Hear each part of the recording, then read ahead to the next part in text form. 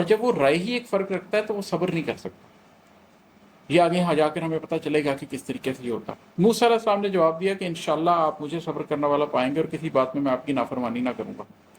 موسیٰ علیہ السلام نے کمٹمنٹ کر لیا کہ نہیں، میں آپ کے ساتھ صبر کروں گا. اس کا مطلب ہے کہ کسی صاحب علم کے ساتھ آپ کو چلنا ہو تو پھر آپ کو صبر تو کرنا پڑتا ہے، اس لیے کہ وہ شخص اپنے علم سے دیکھ رہا ہوتا ہے، اور آپ کا علم اگر اس علم کے لیول سے کسی حد تک کم ہو تو آپ معاملات کی حقیقت کو اس طرح سے نہیں جان پا رہے ہوتے ہیں. اس نے کہا اچھا، اگر آپ میرے ساتھ ہی چلنے پر اصرار کرتے ہیں تو یاد رہے کسی چیز کی نسبت مجھ سے کچھ نہ پوچھنا جب تک کہ میں خود اس کی نسبت کوئی تذکرہ نہ کر دوں.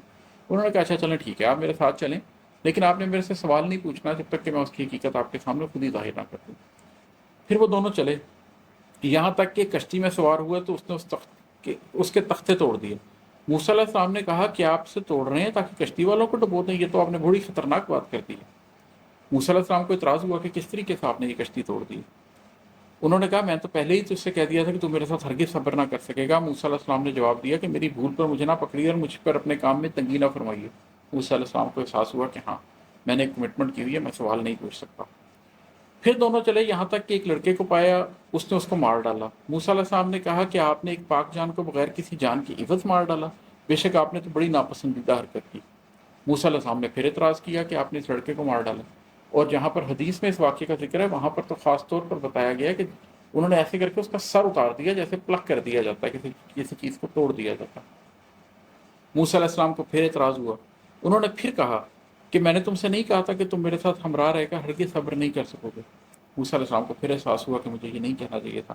تو انہوں نے جواب دیا کہ اب اگر اس کے بعد میں آپ سے کسی چیز کے بارے میں سوال کروں تو بے شک آپ مجھے اپنی طرف ساتھ نہ رکھیے گا، یقیناً آپ میری طرف سے حد عذر کو پہنچ چکے ہیں. موسیٰ علیہ السلام نے مجھ سے ایک آخری اوپینین پھر دی کہ اچھا ٹھیک ہے، میں اب یہ نہیں کروں گا، لیکن آپ ایک دفعہ مجھے چانس پھر دے دیجیے. پھر وہ دونوں چلے، ایک گاؤں والوں کے پاس آ کر ان سے کھانا طلب کیا تو انہوں نے ان کی مہمانداری سے صاف انکار کر دیا. دونوں نے وہاں ایک دیوار پائی جو گرا ہی چاہتی تھی، اس نے اسے ٹھیک اور درست کر دیا. موسیٰ علیہ السلام کہنے لگے اگر آپ چاہتے تو اس پر اجرت لے لیتے. اس نے کہا اب بس یہ جدائی ہے، میرے اور تیرے درمیان، اب میں تجھے ان باتوں کی اصلیت بھی بتا دوں گا جن پر تجھ سے صبر نہ ہو سکا.